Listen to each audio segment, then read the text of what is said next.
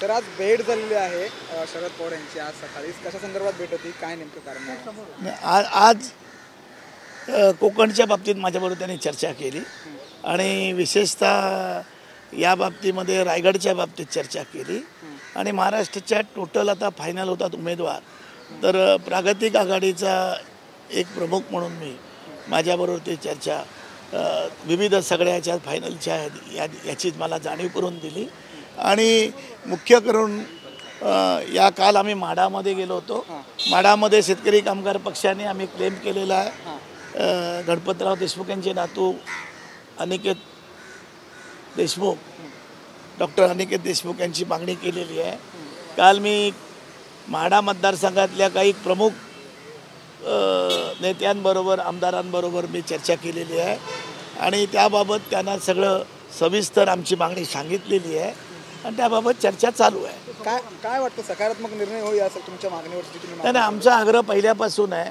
आम्हाला सीटपेक्षा महाविकास आघाडीचे उमेदवार निवडून येतील आणि ते निवडून येण्यासाठी कुठलाही अडथळा आणायचा नाही, ही आमची भूमिका आहे. आम्ही किती असलं, आमचं थोडंफार नुकसान झालं, एखादी जागा मिळाली नाही तरी ती चालेल, परंतु त्यामध्ये जे महाविकास आघाडी एकत्र येऊन ज्या पद्धतीचं वातावरण महाराष्ट्रात झालेलं आहे त्याला कुठलाही तडा द्यायची ही आमची भूमिका आहे.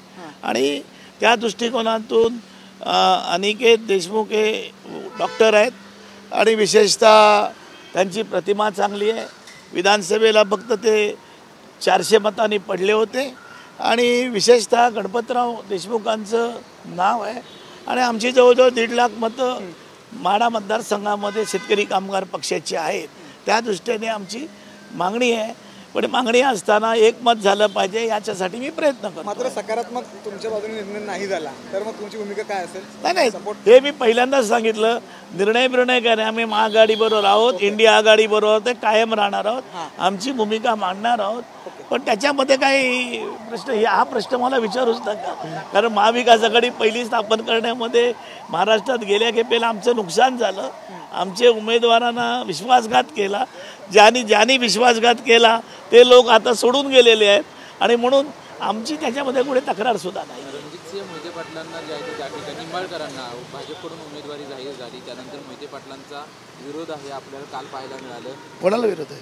रणजितसिंह मोहिते पाटलांना निंबाळकरांना जेव्हा उमेदवारी जाहीर झाली भाजपकडून, त्याच्यानंतर मोहिते पाटील जे आहेत ते मोठ्या प्रमाणात काल त्या ठिकाणी तुम्ही देखील बैठकीला होतात. शिवरत्न बंगल्यावरती बैठक पार पडली. त्या बैठकीमध्ये एकंदरीत निर्णय काय झाला त्या संदर्भात काय? नाही, तिथे निर्णय काय झालेला नाही आहे. मी विजयसिंग मोहिते पाटलांना त्याची तब्येत बघायला आणि आजारी होते म्हणून बोलले. मी तिथे आल्यामुळे बाकीचे लोक तिथे आले. जवळच आहे सगळे, 10-10, 5-5, 25-30 किलोमीटरवर. फलटण बाजूला आहे, हे बाजूला आहे.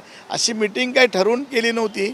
मी गेल्यावर सगळे आले, 3-4 तास चर्चा केली, बऱ्याच दिवसाच्या गप्पा गोष्टी झाल्या आणि मग भोजन केलं आणि आम्ही आलो निघून. त्याबाबत त्यांनी नाराजी व्यक्त केलेली आहे त्यांच्या उमेदवारीबद्दल चर्चेवर. मोहिते पाटील सर्वांनीच, अनेक लोक त्याबाबत ही चर्चा होते आणि मी आल्यामुळे बाकी लोक आले. पण मोहिते पाटलांच्या पत्नीने वगैरे आमचं स्वागत केलं, प्रत्यक्ष चर्चा झाली, कौटुंबिक वातावरणामध्ये अशी ती बैठक झाली. पण मग निंबाळकर जे आहेत भाजपचे उमेदवार, त्यांना कुठेतरी ह्या चर्चेचा या नाराजीचा कुठेतरी फटका बसू शकतो का?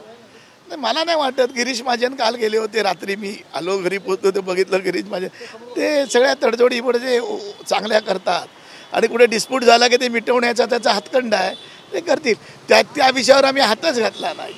आमची उमेदवारी आम्ही महाविकास आघाडीकडे आणि इंडियाकडे मागतो आहोत. त्याच्यात खरोखर झाली नाही. अशाला मी मोकळेपणाने बोलणारा एक कार्यकर्ता आहे, तुम्हाला माहिती आहे. मी कधी हातचं राखून बोलत नाही. असेल तर काय डेव्हलपमेंट झाली तर मी नक्की सांगेन तुम्हाला. लोकसभेची चर्चा जी आहे ते रासपचे महादेव जानकर यांना देण्यासंदर्भात देखील चर्चा आहे. मग त्यासोबत पवार साहेबांसोबत त्या बोलणं काय झालं का?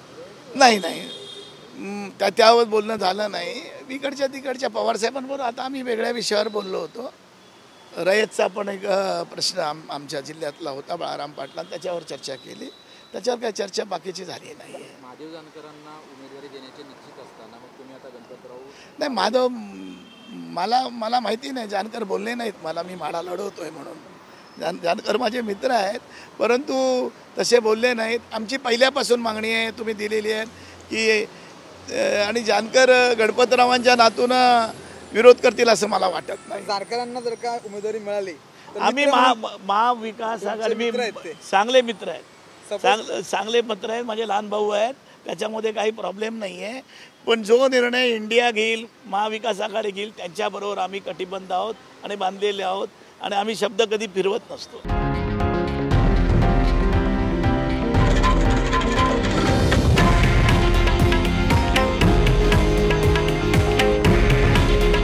हे आहे देशातील नंबर 1 न्यूज नेटवर्क आणि आपण पाहत आहात TV9 मराठी. काळजी तुमची, हित महाराष्ट्राचं.